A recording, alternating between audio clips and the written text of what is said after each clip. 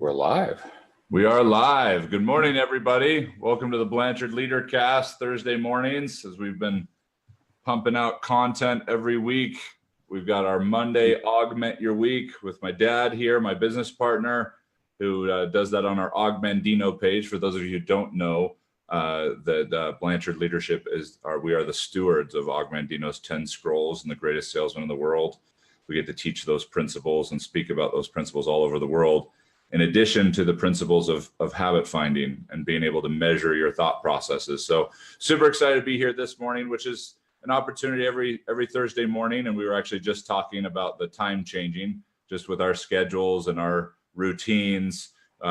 Be watching for some announcements in the near future for the time of this one to change. My dad and I both have very specific morning routines, and 7:30 always seems to be just the wrong time to be able to consistently pull this off and working through things, because typically we're used to kicking in at different times with clients and other things in the morning. By this point, we've been up for several hours, but we're used to being engaged in other things. But super excited to be with you today, March 7th. And today we're talking about motivation versus inspiration. We work with a lot of teams, and we've had the opportunity to work with several publicly traded companies, Global 100 companies, small businesses, mid-cap businesses, a lot of home-based businesses. And it all comes down to really important things as a leader, and that is understanding the difference between motivation and inspiration, understanding how we naturally operate and naturally incentivize and drive in the realm of motivation, and how we oftentimes miss the subtle nuances and the depth that creates inspiration, and some of the reasons we might do that. So, Dad, I know you're working with a couple publicly traded companies right now, and this is a big deal in terms of motivation versus inspiration. I'd love to have you kick us off talking a little bit about, let's set the table in terms of helping people understand the difference between the two. Okay. Well, first of all, big thanks to Kevin Hall, who wrote the book Aspire, which I recommend everybody go and get. You and I both fell in love with words from that particular. It's called The Power of Words, right? Aspire, the power of words, etymology. So we talk about the etymological definition. We look at the word motivate, and it's about moving an inanimate object. We're pushing. Well, it's interesting that when we stop pushing, it stops moving. When we inspire, we breathe life into, and it moves on its own. Just think about the difference. So when you're looking at your organization, are you trying to motivate everybody and get them to go get moving? Come on, everybody. Or are we focusing on the individual and lighting the fire inside of each one of them? That's number one. Number two, interesting change of thinking. It's been for years that when someone works at a company, it's almost as if the company owns them. You know, we've given you a job, you get all these benefits. It's like a golden handcuff. We get you for as long as we need you. And yeah, you may have a family, but you're going to have to do some sacrifices for us. The mind shift, Dr. Robert Hartman, who did the math for the Habit Finder, suggested that we start onboarding an employee in a different way. It's a whole different look at a person. We would ask the person, what are your goals for your life? First question. Oh, okay. Then why here? Second question. Why would you want to be here with those goals? How will this help you get there? 3, how can we help you get there to your goals, what you want to create in your life? And 4th question, how can you help us help you get to that place? Employers, we have a person who's working for us. Yes, we hired them. Yes, we gave them a job. Yes, we pay them. But we don't own them. We get to inspire them, breathe life into them. And if they're there for their purpose, our chances of getting a better work product increase exponentially for as long as they are there. And they will eventually, most likely, leave and go on to the next place. And wouldn't it be great if we saw ourselves as incubators for developing people to help them become all that they can be, and then we move them into the next position? If there isn't one in our company, maybe another company. But we're in the business of human capital development. and we have a product we're creating, a service we're offering, and the chances of those individuals creating that product and manufacturing or providing that service go up exponentially when they feel a vested interest.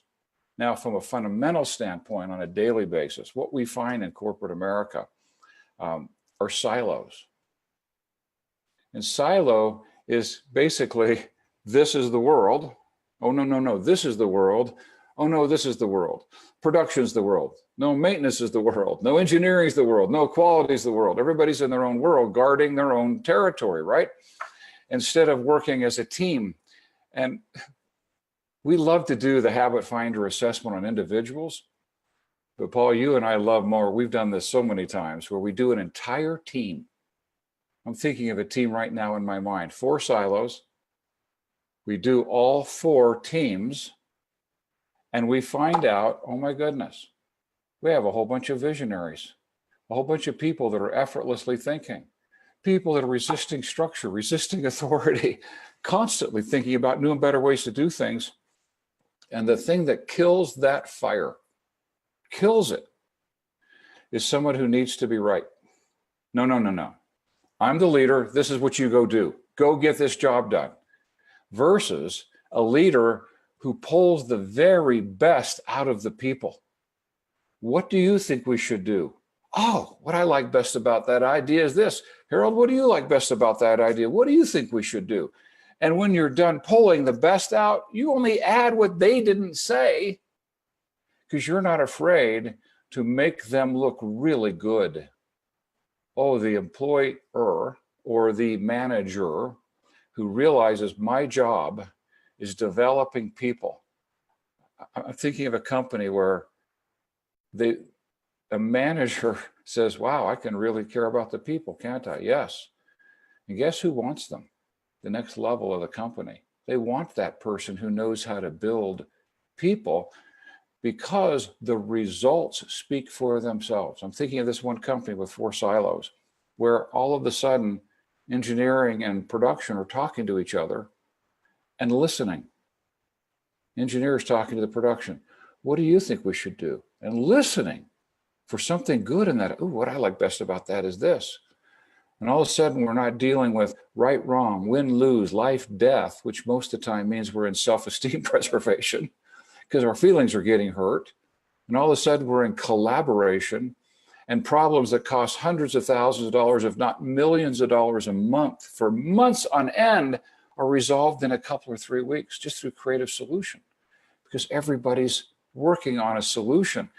And they start getting excited about coming to work because their ideas are valued. Their creativity is valued. Somebody actually wants to know what they're thinking. Because fundamentally, you and I know at the very base that in most corporations, sadly, 40 to 60% of the energy and cooperation is left in the parking lot every day because it is not welcomed by managers in the corporation. So people just shut down. Yeah, they just go through the motions. They do their job and they go home, they collect a paycheck. And everybody goes, man, they're not very motivated. We need to motivate them. No. Why don't we give them ownership in the process? Why don't we give them an opportunity with some boundaries, of course, because you can't make total mistakes, but to make mistakes, to work on things, to have a vested interest in the success of a project, and then to be recognized for what they've done. And all of a sudden, they're thinking about the problem at 2 o'clock in the morning, and you don't have to ask them to, because they're now inspired. Those are the foundational pieces. Simple as that may sound, but that's really the secret to a company going to the next level. Oops, you're on mute, Paul. Sorry, I remember working with Boeing a couple years ago, and that was the only thing standing between this massive department that had so much on their shoulders and accelerating their productivity and the culture and all the buzzwords everybody talks about, was just teaching leadership how to just listen to people. I mean, that's all they needed to do. There was this unnecessary expectation that if they listened to their employees, they'd have to solve all of their employees' problems. But what's amazing is when you actually listen to them, and this goes for volunteer armies, entrepreneurial home-based businesses where you're building teams, but no one has to be there, is just being willing to listen. Now, there's two fundamental challenges to being able to stick with inspiration being the priority versus motivation. One of them you alluded to earlier, and that is that the leader dismisses the good in somebody else's. This is my way or the highway.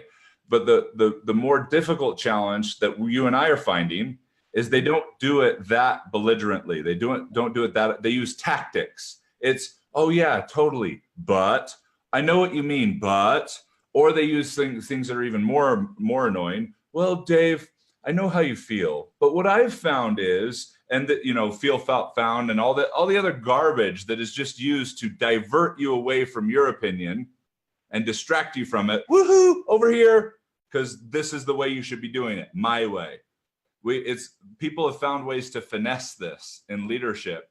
So it makes it so we don't feel like we're motivating. We are inspiring, we are collaborating, but really at the end of the day, you're not. You've covered up what used to be a really blunt edge with a little bit of finesse, but it's still underneath it all the same thing. So that's one thing you want to watch out for, because number two goes right into it. And that's because we make the argument of efficiency.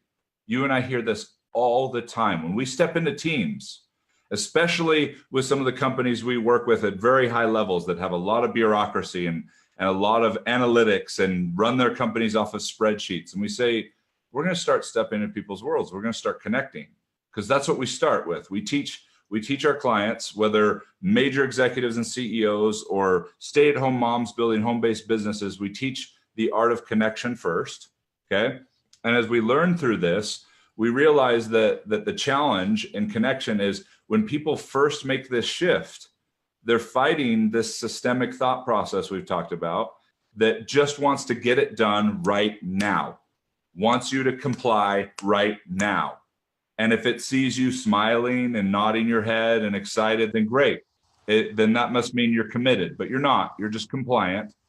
And it's really tough to build an inspired team that are going to create inspired results if you're dealing heavily with compliance rather than commitment. And so what I would argue, and what we try to help them open up to, and I've watched you do this as well, is efficiency is a much larger scale than the moment you're talking to me. How often, Dad, are we seeing people trade efficiency, that's their argument, for right now, right here in the boardroom for this idea, or right here, right now on this team call to accomplish that or this, versus they're trading that efficiency, that direct, blunt, you know, even if they're using some tactics, they trade that for damage control for the rest of the time. We'd much rather bring someone in as quickly and easily as possible, or we'd rather just give clear, hardcore instructions because that's what gets the job done. But at what cost? Are we really considering at what cost? And it's like the frog boiling thing from Dante's Peak was where I first heard it, the movie, where it talks about you put a frog in cold water and slowly heat it up, and that's how you boil a frog, versus throw a frog in hot water. And we step into these companies, we step into these teams, and it's so clear, the damage control, because they're telling us, oh, I'm so frustrated with this, I'm having such a hard time with this. Stop trading front end efficiency, which is very systemically driven, for being able to reap the benefits of real connection, which is the only way to create a pathway to actually inspire your people. Thank you. We'll all agree structure is important. Mm-hmm. It's essential, but people are actually more valuable. We use the word systemic all the time. Let's just clarify it for our listeners. Systemic meaning dualistic in nature, all, nothing, right, wrong, win, lose, life, death. No matter how passive aggressive we are and needing to be right, when we are right, the other person only has the option of being wrong. And we've discovered that 97% of the time, which with a statistical analysis of a 3% variation is basically everyone, mm-hmm. or it's 9.7 out of 10. So cut somebody's arm off and you've got 9.7 out of 10 have buttons in self-esteem that get pushed privately, secretly. They're calling into question their own worth, or they may be calling into question their ability. They may be calling into question their character, their contribution. We see this especially with new managers who just come in and they've got this thought process of, if they knew how little I know, they would have never given me this job and they would fire me this week. Everybody goes through that who's raised to a new level of position, but nobody gets to talk about it, right? That's self-esteem.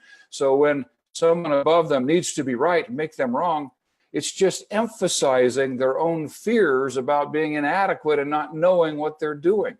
So managers unknowingly are crushing self-esteem all the time. Now, you and I both know that when self-esteem is crushed, productivity is destroyed. Oh, they're going through the motions. But the conversation at the water bottle, you know, it's a little nip, nip, nip, nip about him or her, you know, or they go home, and that's the most dangerous. They take that anxiety or that frustration home and they take it out on a companion or their children, which is very common. And we could, by learning how to listen, as you said, step into their world, find good in their idea, really genuine good, which would validate their self-worth, bring down their wall of resistance, and unleash to the employer or manager a hidden and huge reserve of cooperation and productivity. It's not that complicated, but as you said, in the call for efficiency in the moment, we crush the people. Oh, we may get the job done, but did we really get it done efficiently? And what damage control? Because you and I have dealt with a lot of damage control in these organizations. There is an undercurrent. When this is present in an organization, there is a deadly, poisonous, venomous undercurrent of conversation, sometimes between employees, and if not between the employee and their companion or spouse at home and their children. It's a really damaging thing. That is a tremendous cost to a corporation, that damage control for that moment of efficiency. Now, efficiency is important, is it not? Structure is important. But if we take the person and we inspire the person and we help them have ownership in the process, they'll take it and run with it, and we'll get far more accomplished over a period of time. And because we don't get just it done and damage control, we get to talk about this, get it done, and continue doing without having the residual. I love that phrase, damage control. If you're listening to this and you're a manager, just, do I ever need to be right? Do I ever shut down people's ideas? Oh my goodness, I didn't know I'm crushing self-esteem. And those people, that's got to go somewhere. Mm-hmm. That's going to go to the cooler. That's going to go to a lunch meeting. That's going to go to a client. That's going to go home for sure. And what damage did we do to need to be right about that versus spending just a moment to bring down walls and inspire someone to participate and have them feel ownership in the process? And I love, because it takes us to the next piece that we'll talk about in a future session, of realizing just how much time we're spending in our minds. I mean, you and I have seen it, the leaders in their mind, in their mind, in their mind. And then all of a sudden they get this wake-up call that the team isn't where it needed to be. And they were making poor assumptions. They felt like they were inspiring, but they weren't. And all of a sudden they aren't. And so they jump in panic mode of try not to show it, but they're feeling it. Because then they're even more vulnerable to being systemic. Then they're even more vulnerable to being short and direct and missing the opportunity to validate people. I hear all the time, like especially in some of the home-based businesses, the end of the month is a nightmare. Well, how much of the first 4 weeks of the month did you spend in your mind? Even when you were with people, even when you were with those closest to you, you were in your mind versus getting an opportunity to quiet that noise, step into their world, and actually give yourself some runway for being able to connect with them, okay? Miriam just asked a quick question in terms of the systemic, and we'll finish with this. We've got like 30 seconds. What if their idea isn't great? We get asked this all the time when we're teaching how to find good in people's ideas. So Dad, close us off with that one, and then we got to jump off. Miriam, I love you. The idea isn't great. It's not, we don't need to agree with the idea or have the idea be great. What's the good in the idea? We get outside of right, wrong, win, lose, and there's all kinds of options and possibilities. It's the avocado tree. You know, you go to pick an avocado, and yesterday there were 100 of them, and you can't see one. But you really focus and you see one really good avocado, and instantly 100 of them show up. Mm-hmm. Part of not seeing good in the idea is a belief that we have to surrender ours to find it because we're in systemic thought. This is another session, getting into extrinsic thought, where we're not in a right, wrong world. We're in a looking for good, common sense, practical judgment, and we love the person, intrinsic math, to go to even a higher level of math. So the answer really is, if we can't find good in the idea, it's because we're trying to find the idea to be good versus finding good in it, just from a common sense perspective. And it's one of the hardest things to do, especially, it's one of the hardest things to do, especially when someone's giving you an idea that wasn't well thought out. And it's like Google. Whatever you go to look for from Google, you're going to find. You're looking for something good, you'll find it. You're looking for something bad, you'll find it. Your mind's even more powerful than that. And we've taught our clients many times that in those situations, your instinct response should be, what I like about that idea is, even as you're saying it, sometimes you have no idea what you're going to say after that, but your brain, like Google, will find an answer. Let's give them one. Let's give them one. Let's give them one. Okay. You know what I like most about this moment in time with you? Is you're really engaged in considering possibilities. Have you ever done anything in your life where you could do that and start exploring? Oh, tell me more about that. What's beautiful about that, for everybody that's watching, is my dad just showed you how to find good in the idea, not the construct of the idea. And even more importantly, good in where the idea came from. Mm-hmm. It wasn't, oh, I agree with that, or I kind of agree with that, I don't agree. It wasn't even about the idea. It was about where it came from, which actually allows you to step into someone's world so your ideas can collaborate. And so that even if the idea wasn't a good one, that when the better one is introduced, and there's a whole process to that, but that's a big part of our coaching, that they're going to have buy-in for that. They're going to have passion for that. So. Imagine that. This is awesome. Let's keep going through this. Let's keep going. It's okay. What's next? Can I throw something in? Sure. Throw something in. That's a catalyst for something else. And all of a sudden we're having a conversation in an extrinsic dimension, looking for good, common sense, practical judgment, and not right, wrong, win, lose, all, nothing. Good idea, bad idea. Yeah. Okay. Well, I have to run. Somebody's waiting for me. I'm sure they are for you too. All right. Thanks, everybody. Blessings, Thanks, everybody. Take care. Bye-bye.